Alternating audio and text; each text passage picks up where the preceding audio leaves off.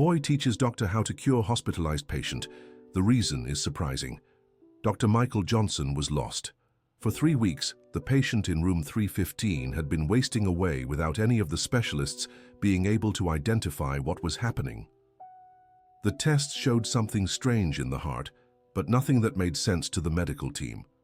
That's when a boy of just 12 appeared at the door, holding a tablet in his hands, and spoke the words that would change everything. "Doctor, I know what Mr. Walter has," said Ethan, adjusting his glasses as he looked at the doctor seriously. "And I know how to cure him." Dr. Michael stopped writing on the chart and looked at the boy with a mix of surprise and irritation.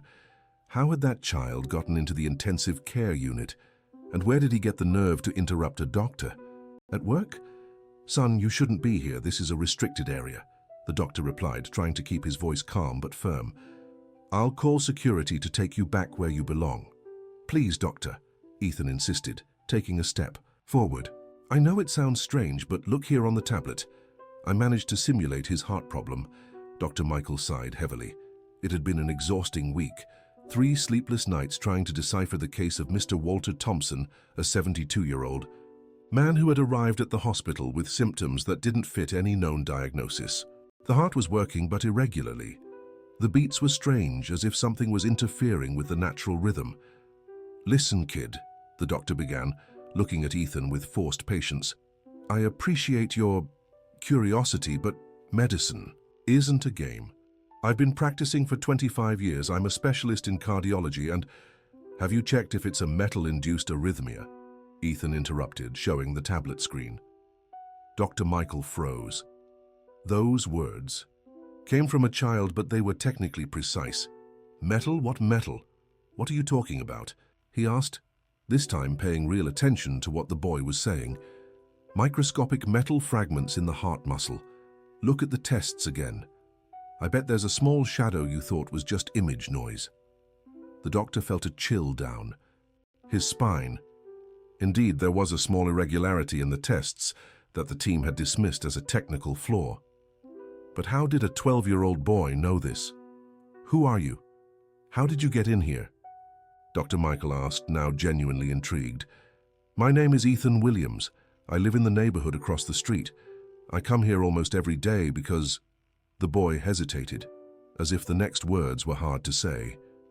"Because my dad used to work here." "Used to? He was a doctor, Dr. Richard Williams. Maybe you knew him."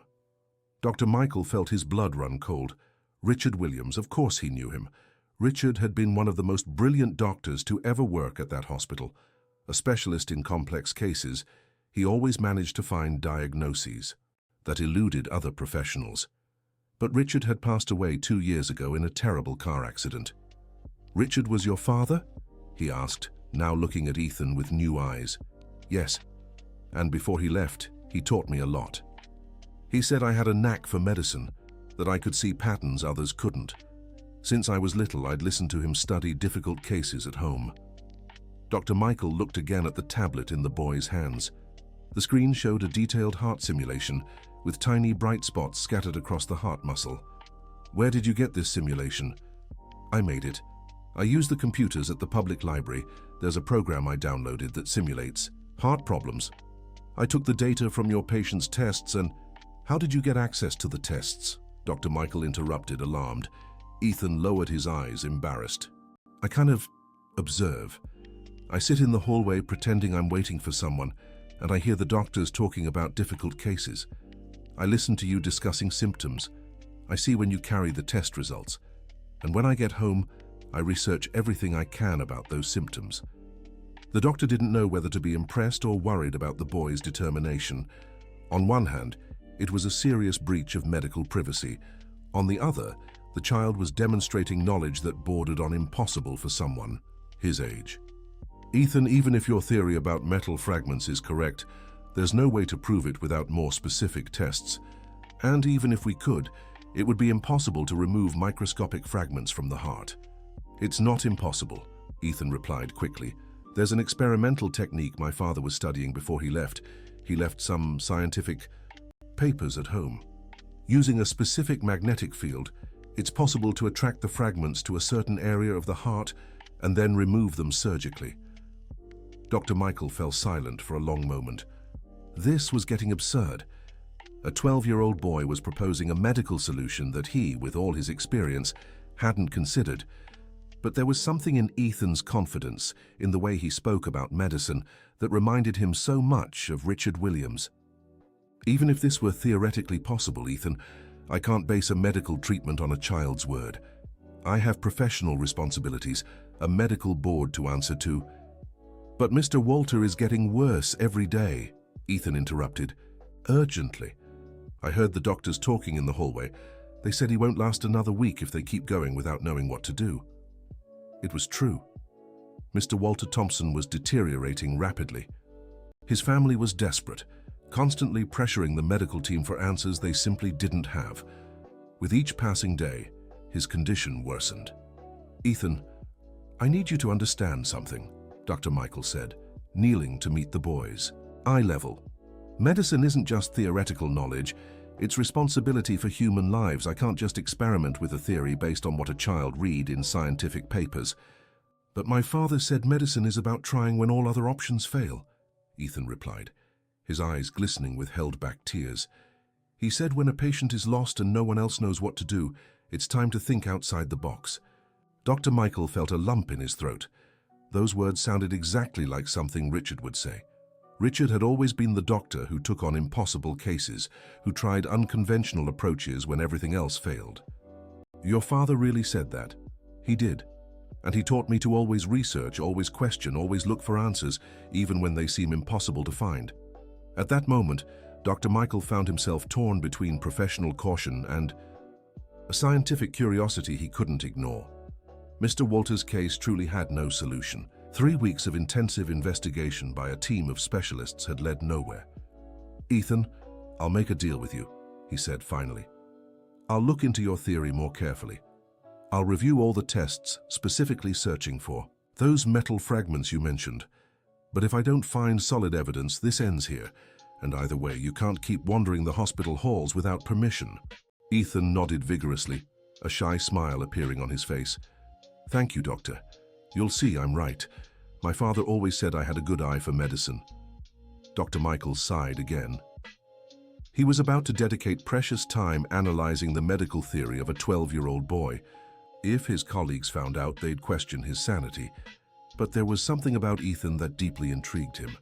The way the boy spoke about medicine, his confidence in proposing complex diagnoses, even how he held that tablet as if it were a familiar medical instrument.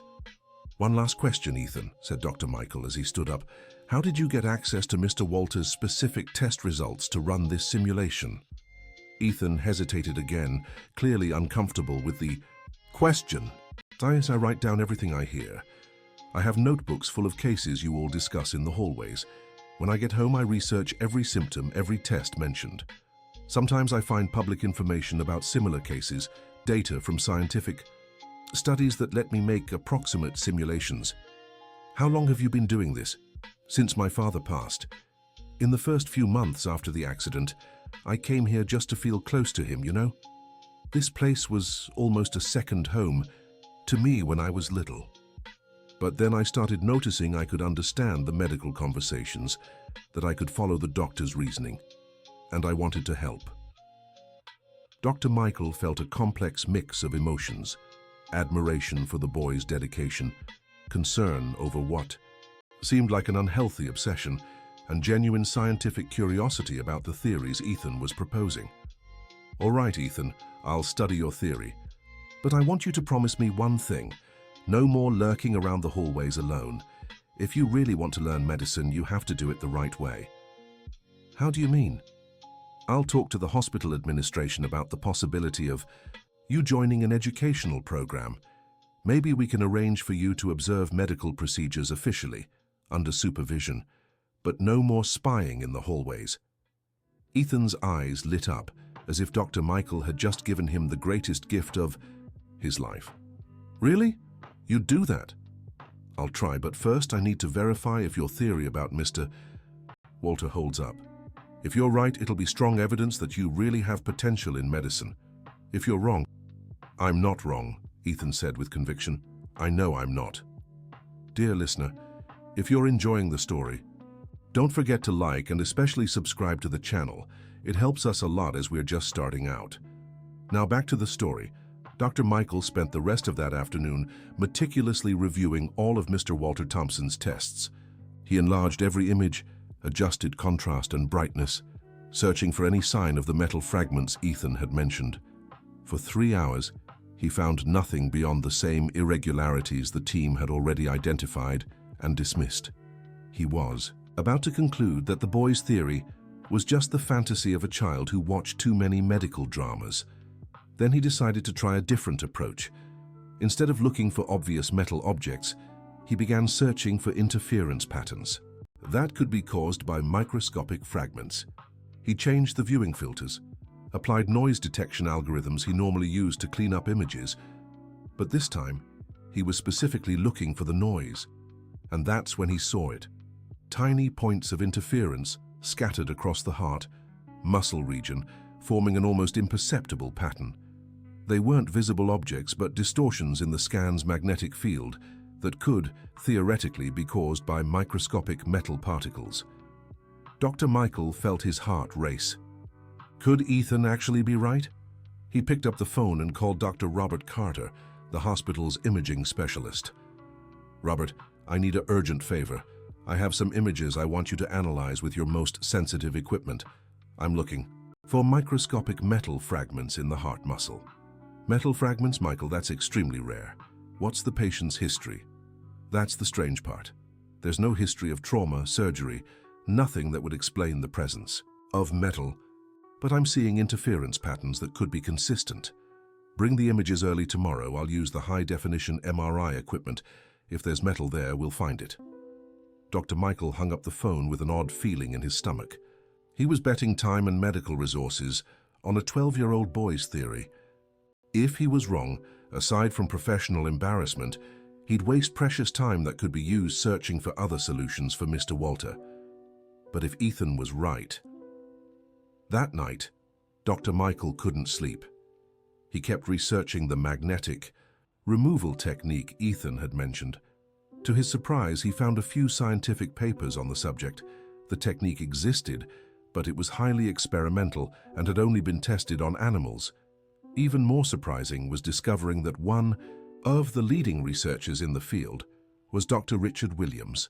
In the papers he found, Richard described a technique where controlled magnetic fields could be used to gather microscopic metal fragments in a specific area of the heart, where they could then be surgically removed. The technique had never been tested on humans due to the risks involved. Dr. Michael spent the night reading every word Richard had written on the subject. It was cutting-edge research, years ahead of what most cardiologists were considering at the time. Richard truly was a visionary. And now his 12-year-old son was proposing using this same experimental technique to save a patient. Conventional medicine couldn't help. The next morning, Dr. Michael arrived at the hospital earlier than usual. He found Dr. Robert already preparing the high-definition MRI equipment. You said there's no trauma history for this patient? Robert asked while adjusting the controls. None. It's a completely atypical case. The patient just started having strange arrhythmias a few weeks ago. No relevant medical history, no prior surgeries, no known accidents. Well, if there are metal fragments, this equipment will find them. It's sensitive enough to detect microscopic particles. They spent the next 2 hours performing detailed scans of Mr. Walter's heart. The high-definition equipment provided images with stunning clarity, revealing details conventional scans couldn't capture. And then Robert suddenly stopped. Michael, you need to see this. On the screen, now clearly visible, were dozens of tiny bright spots scattered across Mr. Walter's heart muscle. Microscopic metal fragments, exactly as Ethan had predicted. My God, Dr. Michael murmured. The boy was right. What boy? Dr. Michael realized he needed to explain the bizarre situation that had led him here. Robert, this is going to sound absurd, but it was a 12-year-old boy who suggested we look for metal fragments. Robert looked at him as if he'd misheard. A 12-year-old diagnosed this? He's Dr. Richard Williams's son. Apparently, He inherited something from his father. Robert let out a low whistle. Richard Williams was a legend at the hospital. Everyone knew of his almost supernatural diagnostic skills. Well, however we got here, we now have a new problem, Robert said, pointing at the screen. How on earth did these fragments end up in his heart? And more importantly, how are we going to remove them? That was exactly the question Dr. Michael had been waiting for, and he had an answer, courtesy of a 12-year-old boy and scientific. Papers from his late father. I have an idea about this, but it's going to sound even more absurd than a diagnosis made by a child. Dr. Michael spent the next 30 minutes explaining to Robert the magnetic removal technique he had researched overnight. Robert listened in silence, occasionally asking specific technical questions. "Michael, this is experimental medicine at the highest level," Robert finally said. "It's never been tested on humans. The risks are enormous. If something goes wrong, I know, but what's the alternative? Mr. Walter won't survive much longer with these fragments interfering with his heart's function. And none of the conventional treatments have worked. How are you going to explain this to the medical committee, to the patient's family, to the hospital?" That was the part Dr. Michael dreaded. How would he explain that he was proposing an experimental procedure based on the suggestion of a 12-year-old boy? I'll have to find a way. But first, I need to speak with Ethan again. If we're going to try this, I need to understand exactly how he reached this conclusion. And I need to be sure he truly grasps the technical details of the technique he's proposing. Dr. Michael left Robert to process the detailed images and went in search of Ethan. He found the boy exactly where he expected, sitting in the hallway, near Mr. Walter's room, quietly observing the medical activity. "Ethan, I need to talk to you urgently." The boy looked up, clearly anxious to hear the test results. "Did you find the fragments?" "I did." "You were completely right. There are dozens of microscopic metal fragments in Mr. Walter's heart." Ethan closed his eyes for a moment, as if feeling deep relief. "I knew it. My dad always said that when you eliminate all other possibilities, what remains, no matter how improbable, must be the truth." "Ethan, now I need you to tell me exactly how you reached this conclusion. And I need to know if you truly understand the details of the removal technique you mentioned yesterday." "I do. My dad was working on it before he passed. He thought it could revolutionize the treatment of cases where tiny metal fragments cause heart problems. He left all his research files at home. Do you have access to those files?" "I do. My mom kept everything. She said maybe one day I'd want to follow in my dad's footsteps, so it was important to preserve his work." Dr. Michael felt a wave of excitement mixed with apprehension. If Ethan really had access to Richard's complete research files, there might be enough information to attempt the experimental procedure. "Ethan, I need you to take me to those files. Now." The boy hesitated. "Doctor, my mum is at work during the day. She doesn't know I come here to the hospital. If I take you home now, then we'll wait until she gets off work. I need to talk to her too. She needs to know what's happening, and I need her permission to access your dad's files. She won't be mad at me for coming here." Dr. Michael looked at the boy with sympathy. Ethan was clearly dealing with complex issues for his age: the loss of his father, his obsession with medicine, the need to feel useful in situations far beyond his understanding. "Ethan, your mum might be worried, but she won't be angry when she understands you may have saved a man's life. What you did is extraordinary." "Really? You really think I might have saved him?" "Not yet. Finding the problem is just the first step. Now comes the hard part. We'll have to convince other doctors that an experimental procedure is the best option. We'll have to explain the risks to Mr. Walter's family, and we'll have to perform a surgery that's never been done before on humans." Ethan was silent for a moment, absorbing the magnitude of what he was proposing. "Doctor, if my father were here, would he try it? Your question is whether Richard Williams would attempt an experimental procedure to save a patient who's beyond conventional methods?" "Yeah." Dr. Michael smiled for the first time in days. "Ethan, your father wouldn't hesitate. Richard never backed down from tough cases, and he never let conventional protocols stop him from trying to save a life. Then that's what we have to do. The simplicity with which Ethan faced the situation was both admirable and unsettling. To him, the logic was clear. There was a problem. There was a theoretically viable solution, so of course they should try. Dr. Michael knew reality would be far more complicated. That afternoon, Dr. Michael met with Mrs. Karen Williams, Ethan's mother and Richard's widow. Karen worked as a nurse at another hospital in the city and was visibly surprised when Dr. Michael showed up at her home. "Dr. Michael, what are you doing here? Did something happen to Ethan?" "Mrs. Karen, I need to talk to you about your son. He's been at our hospital almost every day, and today he did something extraordinary." Karen looked at Ethan with an expression mixing worry and resignation. "Ethan, you promised you'd stop going there." "Mom, I couldn't stop. It's like I needed to be close to the place where Dad worked." Dr. Michael gently intervened. "Mrs. Karen, Ethan may have saved a patient's life today. He identified a complex medical issue our entire team couldn't diagnose." Karen looked from Dr. Michael to Ethan, clearly confused. "What do you mean?" "Ethan's just a child who inherited his father's exceptional medical instincts. Mrs. Karen, I need access to the research files Richard left behind. Ethan told me you kept everything." "Richard's files? For what?" Dr. Michael spent the next 20 minutes explaining the entire situation to Karen. Mr. Walter's case, Ethan's theory about metal fragments, the confirmed diagnosis, and the need to access Richard's experimental research to attempt treatment. Karen listened quietly, occasionally glancing at Ethan with an expression Dr. Michael couldn't decipher. "Doctor, you're telling me my 12-year-old son diagnosed something a team of specialist doctors couldn't?" "Exactly. And now you want to use my late husband's research to try a procedure that's never been tested on humans?" "Yes?" Karen was silent for a long moment.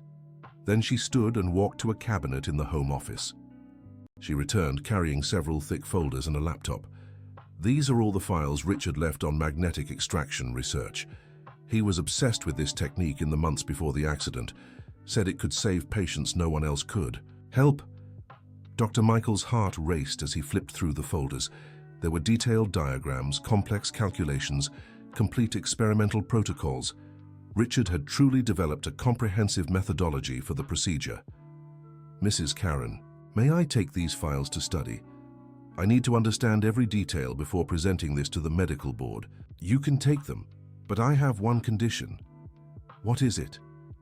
"I want Ethan officially involved in the process, not as a medical curiosity, but as a recognized contributor. If Richard's research is going to save a life, I want his son to get the credit he deserves." Dr. Michael looked at Ethan, who was listening to the conversation with wide eyes. "Mrs. Karen, Ethan is a minor. I can't officially include him in medical procedures. Then find an unofficial way. But I want him there. I want him to see his father's research being used to save a life. I think Richard would have liked that." Ethan moved closer to his mother and hugged her tightly. "Thank you, Mom. I know you worry about me, but this is important. It's like Dad is guiding me." Karen stroked her son's hair, tears in her eyes. "Your father would be so proud of you, Ethan. So very proud." Dr. Michael took Richard's files home that night and spent hours studying every detail. The research was impressively thorough. Richard had considered every aspect of the procedure: how to generate controlled magnetic fields, how to calculate the precise force needed to cluster fragments without damaging heart tissue, how to monitor the process in real time. There were even emergency protocols to halt the procedure if something went wrong. But there was one major problem. The technique required specialized equipment the hospital didn't have. The controlled magnetic field generator Richard described in his files was an experimental device that would cost hundreds of thousands of dollars. Dr. Michael called Ethan the next morning. "Ethan, I studied your father's files all night. The technique is viable, but there's a problem. We need equipment we don't have." "What kind of equipment?" "A high-precision controlled magnetic field generator. His research is clear about the specifications, but these are devices that only exist in experimental research labs." Ethan was silent for a moment. "Doctor, my father left some prototypes at home. He was building experimental versions of the equipment in the garage." Dr. Michael nearly dropped the phone. Functional prototypes? I think so. Can I show you? An hour later, Dr. Michael was in the Williams family garage, staring at equipment that looked like it belonged in a sci-fi movie. Richard had built working versions of nearly every device described in his research. Ethan, did your father test these? On synthetic models, there are several artificial hearts on the workbench he used for experiments. Dr. Michael examined the equipment with growing admiration. Richard had truly been years ahead of his time. The devices were elegant, precise, and apparently functional. Ethan, I'll need to bring in some technicians to assess whether these can be transported and used at the hospital. If they work, we might have everything we need to attempt the procedure. Really? We're actually going to try to save Mr. Walter? It's not certain yet. First, I have to convince the medical board. Then I need to explain everything to the patient's family. And I need to be absolutely sure I understand all the risks involved. But do you think it could work? Dr. Michael looked at the 12-year-old boy who had diagnosed a complex medical problem and was now offering experimental equipment to solve it. Ethan, if anyone can make this work, it's with your father's research and your ability to see patterns others miss. Dear listener, if you're enjoying the story, don't forget to like and especially subscribe to the channel. It helps us a lot as we're just starting out. Now, back to the story. But convincing the medical board would be much harder than Dr. Michael had anticipated. At the afternoon meeting, he presented the case to 5 senior doctors at the hospital. He explained the diagnosis, showed the images of the metal fragments, and described the proposed experimental technique. The reaction was nearly unanimous skepticism. Michael, you're proposing we attempt an experimental surgery based on research by a deceased doctor, using equipment built in a garage at the suggestion of a 12-year-old boy, said Dr. Frank Anderson, head of the cardiology department. This is absurd on every level. Frank, the patient is deteriorating rapidly. No conventional treatment has worked. This may be our only chance. And if something goes wrong, if the patient doesn't survive the experimental procedure, how do we explain that to the family? To the hospital? To the medical board? Dr. Robert Carter, who had helped confirm the diagnosis, tried to support Michael. Colleagues, the metal fragments are real. They're there, interfering with cardiac function. If we don't act, the patient will die regardless. There are further approaches we could try, argued Dr. Michelle Davis. Experimental medications, other surgical techniques. What other techniques? Dr. Michael asked. There's no precedent for removing microscopic metal fragments from heart muscle. Dr. Richard Williams' technique is unique. Dr. Frank leaned forward, clearly irritated. Michael, you're letting personal feelings cloud your medical judgment.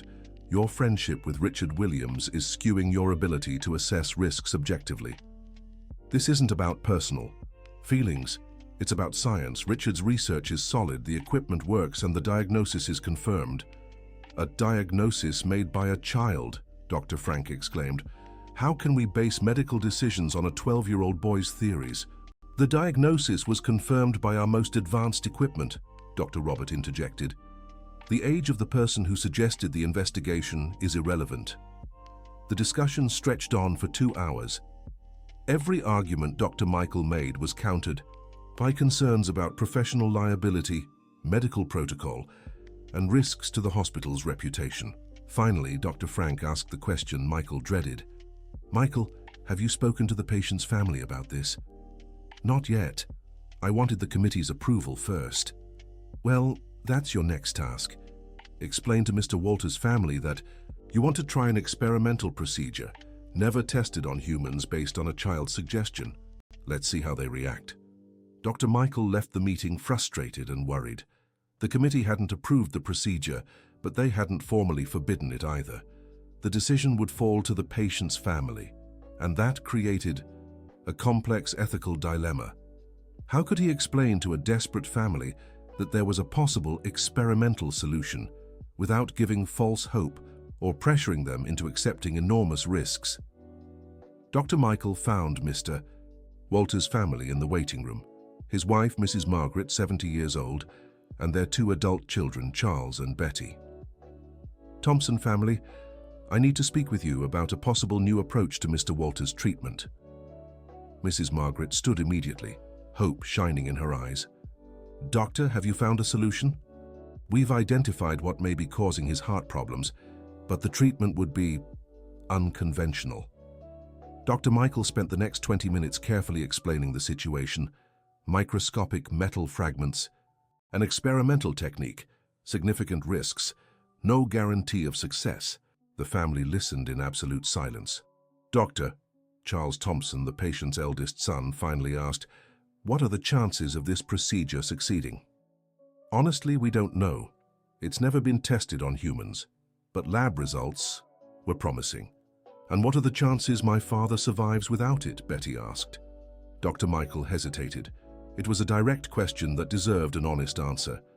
"Based on the deterioration we're seeing, maybe a week, perhaps 2 at most." Mrs. Margaret began to cry silently. Richard and Betty exchanged glances, clearly wrestling with an impossible decision. "Doctor," Mrs. Margaret finally said, "my husband has always been a man who wasn't afraid to take risks when necessary. If there's a chance, no matter how small, he'd want us to try." "Mom, the risks are enormous," Richard argued. "What if something goes wrong during the procedure? And what if we don't try and he passes away knowing there was a possibility we didn't explore?" Betty countered. The family spent an hour discussing among themselves, Dr. Michael observed, knowing he couldn't influence their decision in any way. It was a choice only they could make. Finally, Mrs. Margaret turned to Dr. Michael. "Doctor, we want to try, but we have one question. You said it was a boy who identified the problem. Can we meet him?" Dr. Michael hadn't expected this request. "May I ask why you'd like to meet him?" "Because if that boy may have saved my husband's life, I want to thank him personally. And I want him to know his contribution mattered." Dr. Michael called Ethan and explained the family's request. Ethan was nervous but agreed to meet them. The encounter took place in Mr. Walter's room. Ethan entered timidly, clearly intimidated by the patient's family. "Are you the boy who discovered what my husband has?" Mrs. Margaret asked gently. I just noticed unusual patterns in the tests. My father taught me to pay attention to details others might miss." "Was your father a doctor?" "Yes, Dr. Richard Williams. He worked here at the hospital before. He passed." Mrs. Margaret took Ethan's hands tenderly. "Young man, I don't know how to thank you for what you've done. Giving hope to a family that had lost all hope is a priceless gift." Ethan was visibly moved. "Mrs. Margaret, my father always said medicine is about helping people. If I was able to help, it's because he taught me well." "Will you be present during the procedure?" Charles Thompson asked. Dr. Michael quickly intervened. "Ethan is a minor. He can't be officially involved in the medical procedure. But he can be there, right? In the observation room or something?" Dr. Michael looked at Ethan, who was clearly hoping to observe. "I'll see what I can arrange." Over the next 48 hours, Dr. Michael worked intensively to prepare for the procedure. Richard's equipment was tested and approved by the hospital technicians. The surgical team was briefed on every aspect of the experimental technique. But 2 days before the scheduled procedure, unexpected complications arose. Dr. Frank Anderson called Dr. Michael for a private conversation. "Michael, I've received calls from the State Medical Board. Someone reported that we're planning an unapproved experimental procedure." "Who reported it?" "I can't say. But now there's administrative pressure to cancel the procedure until it's formally approved by the proper authorities." Dr. Michael's stomach sank. Formal approval could take months or years. Mr. Walter didn't have that time. "Frank, the patient won't survive the formal approval process. You know that. My hands are tied. The hospital administration is worried about legal liability. If something goes wrong, they could sue the hospital for negligence. And if we don't try and the patient dies, how do we explain to the family that there was a possible solution we didn't pursue?" "Michael, I understand your frustration, but I can't authorize a procedure that could put the hospital at legal risk." Dr. Michael left the meeting knowing he had less than 48 hours to find a solution. "I couldn't perform the procedure at the hospital without administrative approval, but I also couldn't just give up when there was a real chance to save Mr. Walter." That's when Ethan showed up with an unexpected suggestion. "Doctor, what if we did the procedure somewhere else?" "What do you mean, Ethan?" "My father had a small private lab where he conducted experimental research. It has basic medical equipment, a sterile area, everything we'd need for a simple procedure. Dr. Michael was shocked by the suggestion. Ethan, that would be completely irregular. No hospital supervision, no emergency team, no... But would it be legal? I mean, if the family agrees and it's outside the hospital. Dr. Michael realized Ethan was proposing something that could technically work. Private medical procedures weren't subject to the same hospital regulations, especially if the patient and family gave formal consent. Ethan, even if it were legal, it would be extremely risky. If something goes wrong, we wouldn't have the resources to handle emergencies. But Mr. Walter will die if we don't try, right? At least this way he has a chance. Ethan's simple logic was hard to refute.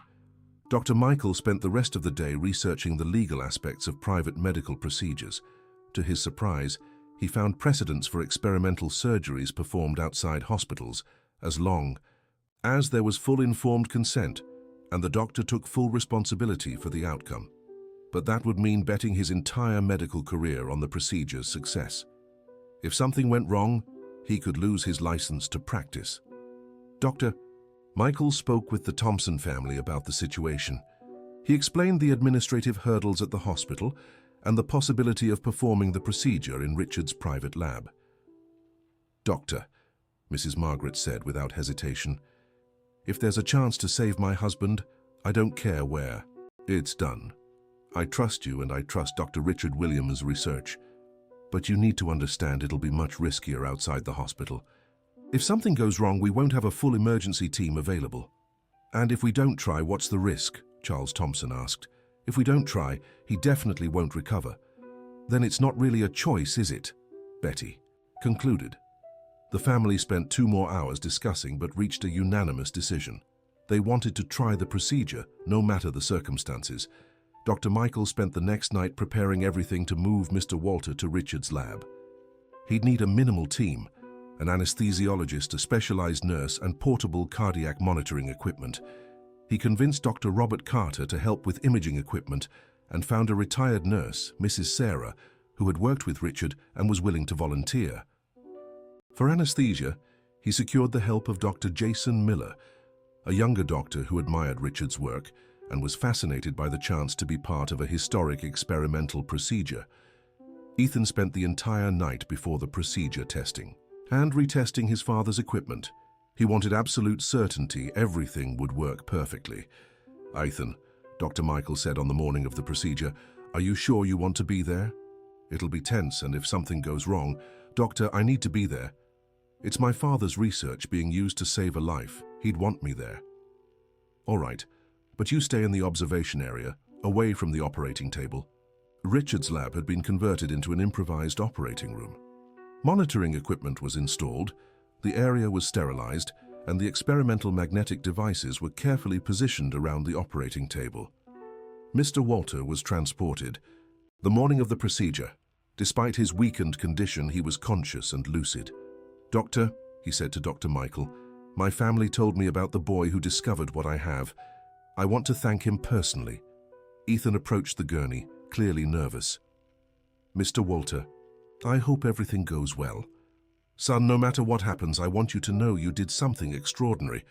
Discovering what experienced doctors couldn't is a rare talent. Your father would be proud." Ethan was visibly moved but managed to reply, "I'll do everything I can to help the doctors during the procedure." The procedure began at 2 in the afternoon. Dr. Michael made the first incision while Ethan watched from the safe area, monitoring his father's magnetic equipment. The first 30 minutes went smoothly. The heart was exposed, imaging equipment confirmed the location of the metal fragments, and the magnetic devices were activated. That's when everything started going wrong. The first issue arose when the magnetic field generator began overheating. The equipment's temperature rose rapidly, threatening to damage the electronic components. "Ethan," Dr. Michael called, "does your father's equipment have a cooling system?" Ethan rushed to the controls, adjusting settings he'd memorized from Richard's experiments. "There's a forced ventilation system. Let me activate it." The cooling worked temporarily, but it was clear the equipment wasn't designed for prolonged operation. They might have 30 more minutes before it overheated again. The second problem was more serious. During the magnetic field activation, Mr. Walter's heart began showing severe arrhythmias. The metal fragments were moving, but the process was irritating the heart muscle. "Dr. Michael," Nurse Sarah warned, "blood pressure is dropping fast." "Jason, increase the cardiac support dosage," Dr. Michael ordered the anesthesiologist. Ethan watched the monitors with growing anxiety. Something wasn't working as planned in his father's experiments. "Doctor," Ethan shouted from the observation area, "you need to lower the magnetic field intensity. The fragments are moving too fast." Dr. Michael looked at Ethan, then at the heart monitors showing increasingly erratic patterns. "How do I lower the intensity?" "There's a blue slider on the main panel. Reduce it to 50%. Dr. Michael made the adjustment, and immediately the heart signals stabilized slightly. But now there was a new problem. At reduced intensity, the fragments weren't clustering as expected. "Ethan, at what intensity did your father run his experiments?" 70%, but he tested on artificial hearts, not real patients. Dr. Michael faced an impossible choice. Too high an intensity caused dangerous arrhythmias, too low and the fragments wouldn't move effectively. He needed to find the perfect middle ground, and he didn't have the experience to know what that was. "Ethan," Dr. Michael called, "I need you to come here and operate the controls. You know the equipment better than any of us. But I'm a minor. I can't officially participate." "You're not officially participating. You're just operating equipment built by your father. I'm the one performing the surgery." Ethan hesitated for only a second before rushing to the control panel. "What do you need me to do?" "Twice, I need you to adjust the intensity in real time based on the heart signals. When the heartbeats become irregular, decrease it. When the fragments stop moving, increase it. Can you do that?" Ethan nodded, his small hands adjusting the controls. With the confidence of someone who had watched his father do it hundreds of times. The next 20 minutes were the most tense in Dr. Michael's medical career. With Ethan controlling the magnetic equipment, they managed to establish a rhythm, increasing the intensity for a few seconds to move the fragments, then decreasing it to let the heart stabilize. Slowly, the microscopic metal fragments began to gather in a specific area of the heart muscle, exactly as Richard's research had predicted. "It's working," Dr. Robert observed, watching the real-time images. "The fragments are concentrating in the region we planned." But then the third problem arose. The cooling system failed completely, and the temperature of the magnetic devices began to rise dangerously. "Ethan," Dr. Michael shouted, "how long do we have before the equipment overheats completely?" Ethan looked at the temperature gauges, doing quick calculations. "Maybe 5 minutes. After that, the equipment will shut down automatically to prevent damage." Dr. Michael looked at Mr. Walter's exposed heart. The fragments were almost fully gathered, but they still needed a few more minutes to position them exactly where they could be surgically removed. "5 minutes isn't enough. I need at least 10. "Doctor," Ethan said, glancing around the lab, "my father had backup cooling equipment, but someone would have to disconnect the current ones and connect the new ones. It would take a few minutes, and during that time we wouldn't have a magnetic field. What if we stop the magnetic field now? The fragments will scatter again. We'd have to start over." Dr. Michael faced another critical decision. Try to replace the cooling equipment, risking losing all the progress made, or continue the procedure hoping 5 minutes would be enough. That's when Ethan had an idea. "Doctor, what if I can keep the equipment cooled manually?" "How?" Ethan pointed to an industrial ventilation system in the corner of the lab. "Those fans can move a lot of air. If I aim them at the magnetic equipment and connect a humidification system, maybe I can keep the temperature low for a few more minutes." Dr. Michael looked at the 12-year-old boy proposing to improvise a cooling system during a critical experimental surgery. "Ethan, this is very risky. If something goes wrong, Doctor, Mr. Walter will die if we don't finish the procedure. We have to try." Dear listener, if you're enjoying the story, don't forget to like and especially subscribe to the channel. It helps us a lot as we're just starting out. Now, continuing. With Nurse Sarah helping Ethan, they quickly rearranged the lab's ventilation system. Industrial fans were aimed at the magnetic equipment, and a water misting system was improvised for evaporative cooling. The solution worked, but only temporarily. Dr. Michael now had maybe 15 minutes to complete the procedure before the makeshift system also failed. Working with extreme surgical precision, Dr. Michael began removing the gathered metal fragments. Every movement had to be perfect. The fragments were clustered but still microscopic and extremely difficult to isolate. "Dr. Robert, I need real-time images with the highest magnification possible," Dr. Michael requested. "I can see individual fragments now. There's a main cluster 2 millimeters from the left ventricular wall." Dr. Michael used microsuction to carefully remove each group of fragments. It was meticulous work that required absolute concentration. "Ethan," Dr. Michael called, "how are the equipment readings?" "Temperature stable for now, but the humidification system is running low. Maybe 10 more minutes." "Sarah, how are the vitals?" "Stable. Regular heart rate, blood pressure within acceptable parameters." Dr. Michael worked with a speed and precision he didn't know he possessed. Each fragment removed was a small victory, but there were dozens scattered throughout the clustered area. 12 minutes into the removal phase, Dr. Michael took out what appeared to be the last visible fragment. "Robert, do you see any more fragments in the images?" Dr. Robert carefully examined the high-resolution scans. "Can't spot anything else. Looks like we've cleared all fragments from the main region." "Ethan, you can turn off the magnetic field." Ethan deactivated his father's equipment with a sigh of relief. The devices had worked exactly as Richard had designed, despite the necessary improvisations.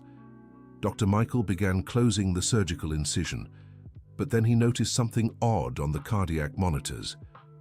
"Sarah, does this heart rhythm look normal to you?" The nurse studied the monitors closely. "Actually, it's more regular than anything we've seen in weeks. The rhythm is nearly perfect." Dr. Michael paused, suturing to watch the monitors. Sarah was right. Mr. Walter's heart was beating with a steady, strong rhythm it hadn't shown since his admission. "Ethan," Dr. Michael called. "I think it worked." Ethan rushed to the monitors, tears of relief in his eyes. "Were the fragments really causing the arrhythmia?" "Looks that way. See how regular the beats are now." Dr. Robert stepped closer to the monitors, equally amazed. "Michael, this is the most normal cardiac activity I've ever seen in this patient. Richard's technique actually worked." Dr. Michael finished suturing but kept constant cardiac monitoring. Over the next 2 hours, Mr. Walter's heart maintained a perfect, steady rhythm. When Mr. Walter woke from anesthesia 3 hours later, his first words were, "Doctor, I feel different. Better. Like something pressing on my chest is gone." Dr. Michael smiled, feeling a mix of relief, exhaustion, and triumph he'd never experienced before. "Mr. Walter, the procedure was a success. We removed the metal fragments interfering with your heart's function." "And the boy? Ethan? Was he here?" "He was. And he was crucial to the procedure's success. Without his knowledge of his father's equipment, we couldn't have done it." Mr. Walter looked at Ethan, who was trying to hide behind the medical devices. "Son, come here." Ethan approached timidly. "Mr. Walter, how are you feeling?" "Son, I feel like I've been given a second chance at life. And that's thanks to you and your father." Ethan began to cry, all the emotions of the past weeks finally overflowing. "I just wanted to help. My dad always said medicine is about helping people. And you did. You saved my life." Dr. Michael watched the interaction between the 12-year-old boy and the 72-year-old man, thinking how extraordinary things sometimes arise from the most unlikely circumstances. But the procedure's success brought unexpected new challenges. In the weeks that followed, news of the experimental treatment spread through the medical community. Dr. Michael began receiving calls from doctors across the country wanting details about the magnetic removal technique. The problem was that officially, the procedure had never taken place. It was performed outside the hospital without formal approval, using experimental equipment built by a deceased doctor. Dr. Frank Anderson called Dr. Michael for an urgent meeting. "Michael, I'm under pressure from the medical board about this unauthorized procedure you performed." "Frank, We saved the life of a patient who was doomed by conventional methods. That's irrelevant from a regulatory standpoint. You performed an experimental surgery without approval, outside approved hospital facilities, with the assistance of a minor. Ethan's assistance was limited to operating equipment he knew better than any technician. There was no ethical violation. Michael, I'm not questioning your motives or your results. I'm warning you that a formal investigation is being opened. You could lose your medical license. Dr. Michael had anticipated this possibility, but he still felt a chill in his stomach. He had dedicated 25 years to medicine, and now it could all end because he tried to save a life using unconventional methods. But then the Thompson family took an unexpected step. Mrs. Margaret, Charles, and Betty organized a public campaign in support of Dr. Michael. They contacted local newspapers, radio stations, and started an online petition demanding that Dr. Michael not be punished for saving Mr. Walter's life. "Doctor," Mrs. Margaret said when she met Dr. Michael at the hospital, "my husband is alive because of you and Ethan. We won't let you be punished for that." The story gained national media attention. 12-year-old boy saves life with medical knowledge inherited from his father became headlines in multiple outlets.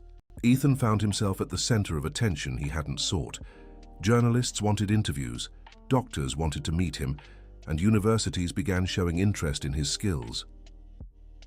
"Dr. Michael," Ethan said during one of his visits to the hospital to monitor Mr. Walter's recovery, "all this attention is making me uncomfortable. I just wanted to help someone."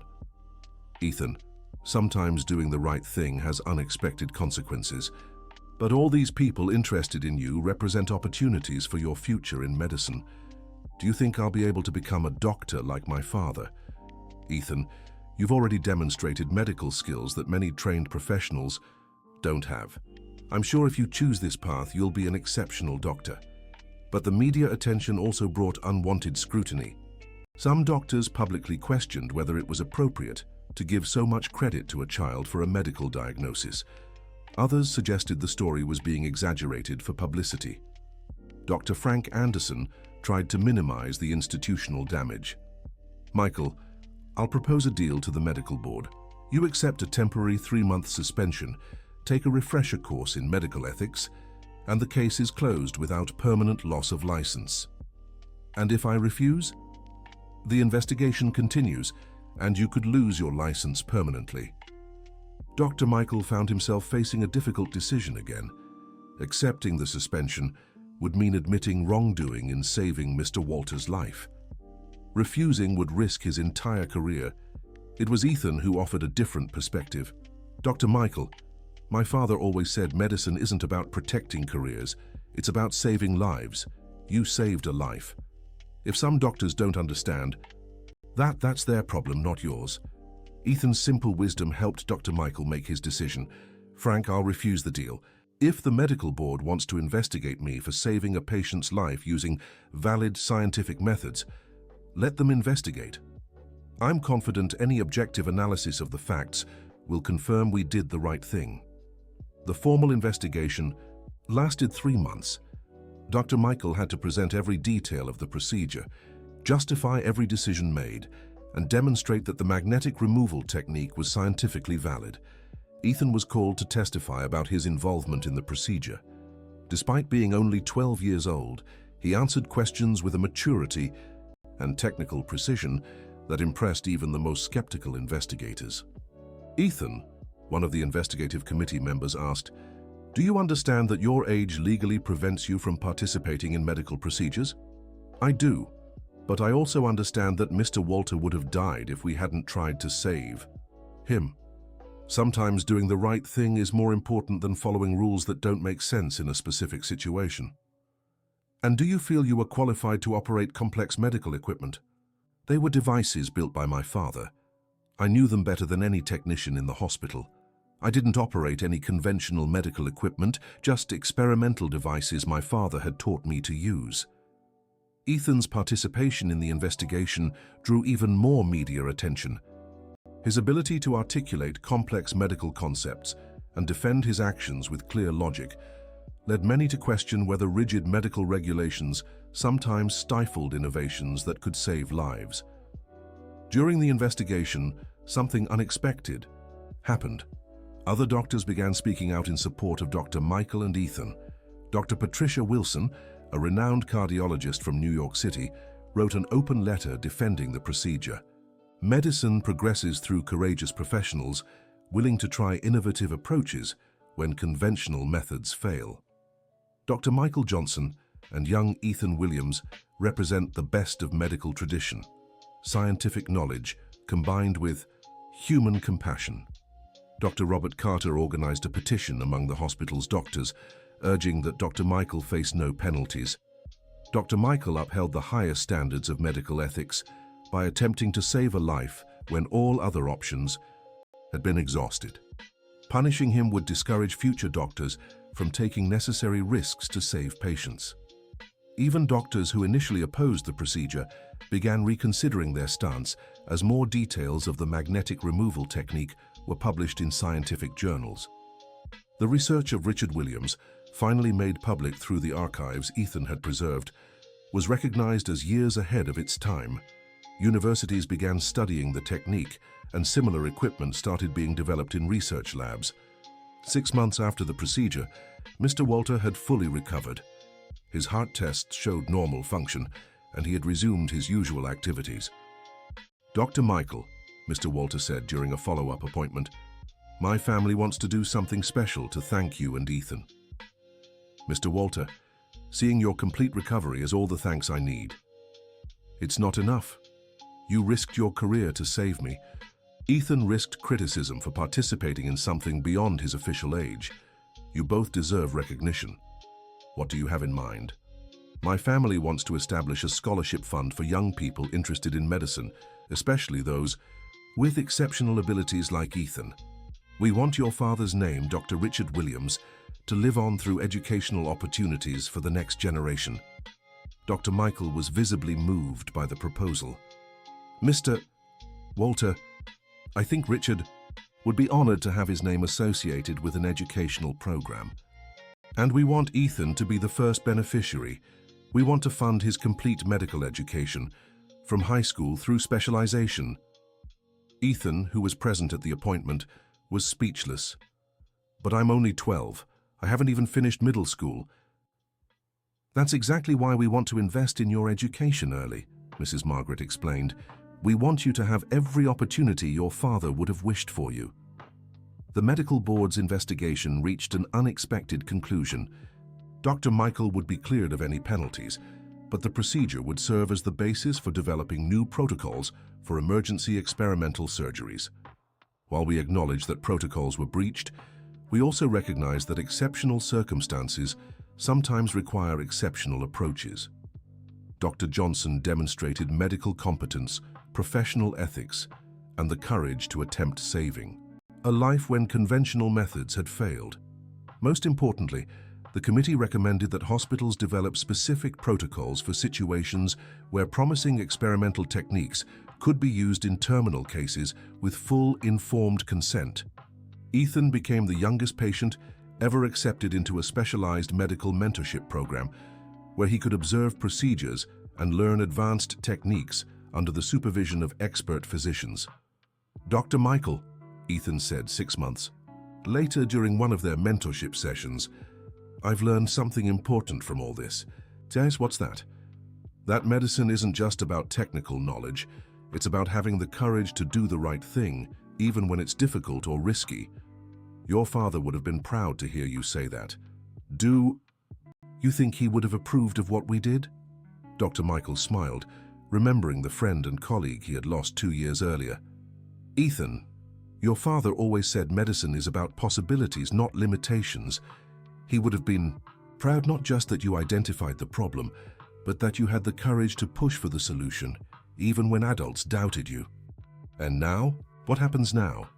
Now you study, learn, and prepare to become the doctor I know you can be.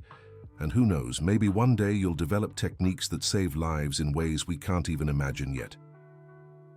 2 years later, the magnetic removal technique developed by Richard Williams had been refined and approved for experimental use in specialized hospitals. 3 additional patients had been successfully treated using variations of the original procedure. Ethan, now 14, had become a minor celebrity in the medical community. Universities offered special accelerated academic programs, and he regularly attended medical conferences as an example of how young people could contribute to scientific advancements. But Ethan remained humble and focused on his studies. "Dr. Michael," he said during one of his regular visits to the hospital, "sometimes I wonder if I really did something special or if I just got lucky." "Maybe, Ethan, you did something experienced doctors couldn't. You spotted a pattern others missed. That's not luck. That's natural talent combined with the knowledge you inherited from your father." "But what if I'd been wrong? What if my theory had been completely false? Then we would have learned something. In medicine, even incorrect theories can lead to important discoveries. The key is having the courage to propose ideas and test hypotheses." "Do you think I'll ever be as good a doctor as my father?" Dr. Michael looked at the teenager who had saved a life at 12 and considered the question. "Ethan, you've already demonstrated something your father took years to develop, the ability to see beyond the obvious and the courage to act on that vision. If you keep honing these skills, you won't just be as good as your father, you might surpass him. I want to help more people like we helped Mr. Walter, and you will. But remember, every patient is unique. Every case is different. What worked for Mr. Walter might not work for others. Medicine is about adapting knowledge to specific situations. I understand. That's why I need to study hard, right?" "Exactly. Knowledge is the foundation of everything. Without a solid grasp of anatomy, physiology, pharmacology, and all other medical fields, even the brightest intuition can't be turned into effective treatments." Ethan nodded seriously, already showing the maturity his future medical career would require. Mr. Walter, now fully recovered, became a public advocate for experimental medical research and educational programs for gifted young people. "Ethan," he said during a ceremony announcing the first scholarships from the Dr. Richard Williams Educational Fund, "you gave me the chance to watch my grandchildren grow, to celebrate more birthdays with my wife, to live years I wouldn't have had. There's no way to properly thank you for that. Mr. Walter, seeing you healthy and happy is all the thanks I need. But I want you to know your courage has inspired so many others. The letters we've received for the scholarship fund show how many young people feel encouraged to pursue medicine because of your story. Really, we have applicants from all over the country. Young people who say they want to be doctors like Ethan Williams, who want to use knowledge to help others even when it seems impossible." Ethan was visibly moved to hear his story, was inspiring others. "Mr. Walter, I hope I can live up to that responsibility." "You already are. Just by being who you already are." Dr. Michael watched the interaction between Ethan and Mr. Walter, reflecting on how extraordinary things sometimes arise from the most unlikely encounters. A 12-year-old boy, a patient with no hope left, an experimental technique developed by a late doctor, elements that combine to create something truly special. 3 years after the original procedure, Dr. Michael received an unexpected call from Ethan. "Dr. Michael, I need to talk to you about something important." "Of course, Ethan. What's going on?" "I've been offered a spot in a special medical research program at an American university. It's an incredible opportunity, but it would mean leaving the United States for a few years." Dr. Michael felt a mix of pride and sadness. Pride at the international recognition Ethan was receiving, sadness at the thought of losing him to another country. "Ethan, this is an extraordinary opportunity. Your father would be proud. But I'm also worried, what if I go there and don't contribute anything meaningful? What if they realize I'm not as special as they think?" "Ethan, you saved a life at 12 using advanced medical knowledge. You've shown maturity and courage under pressure. You participated in a formal investigation and defended yourself eloquently. Any university would be lucky to have you. But that was 3 years ago. What if I can't make that kind of contribution again?"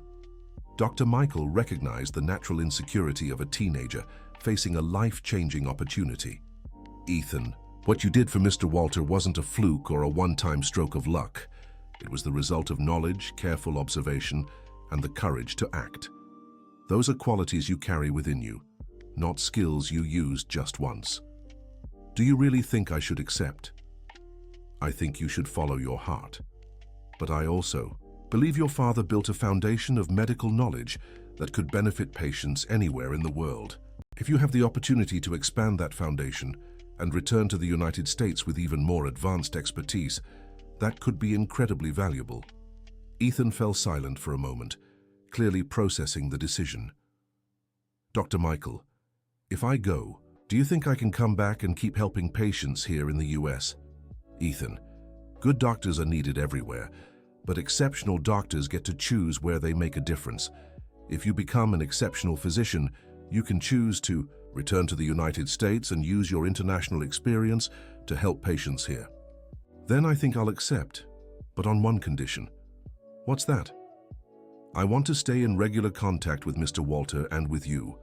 I want you both to follow my progress and guide me when I need it. Ethan, it will be a privilege to be part of your medical journey, wherever it takes you. 6 months later, Ethan left for the United States to join the medical research program. Before his departure, he paid one last visit to Mr. Walter. Mr. Walter, thank you for everything, for believing in me when I was just a kid with a crazy theory. Ethan, you were never just a kid. From day one, you showed wisdom and knowledge, far beyond your years. I'm going to miss all of you. We'll miss you too, but we know you'll do extraordinary things wherever you go. And we know you'll come back one day to continue your father's work here in the US. Ethan embarked on his new educational journey, carrying not just medical knowledge, but also the trust of those whose lives he had deeply touched.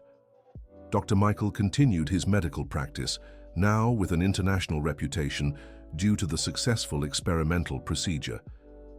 He regularly received inquiries about innovative techniques and was often invited to medical conferences. But what made him proudest was knowing he had played a part in shaping an extraordinary young doctor who might one day save hundreds of lives. Mr. Walter lived another 5 healthy years before passing peacefully at 77, not from heart problems but simply from old age. Until the end, he kept in regular correspondence with Ethan, following his academic progress and encouraging him through challenges. The Dr. Richard Williams Educational Fund financed the medical education of dozens of talented young students, many of whom became specialists in complex cases and innovative techniques.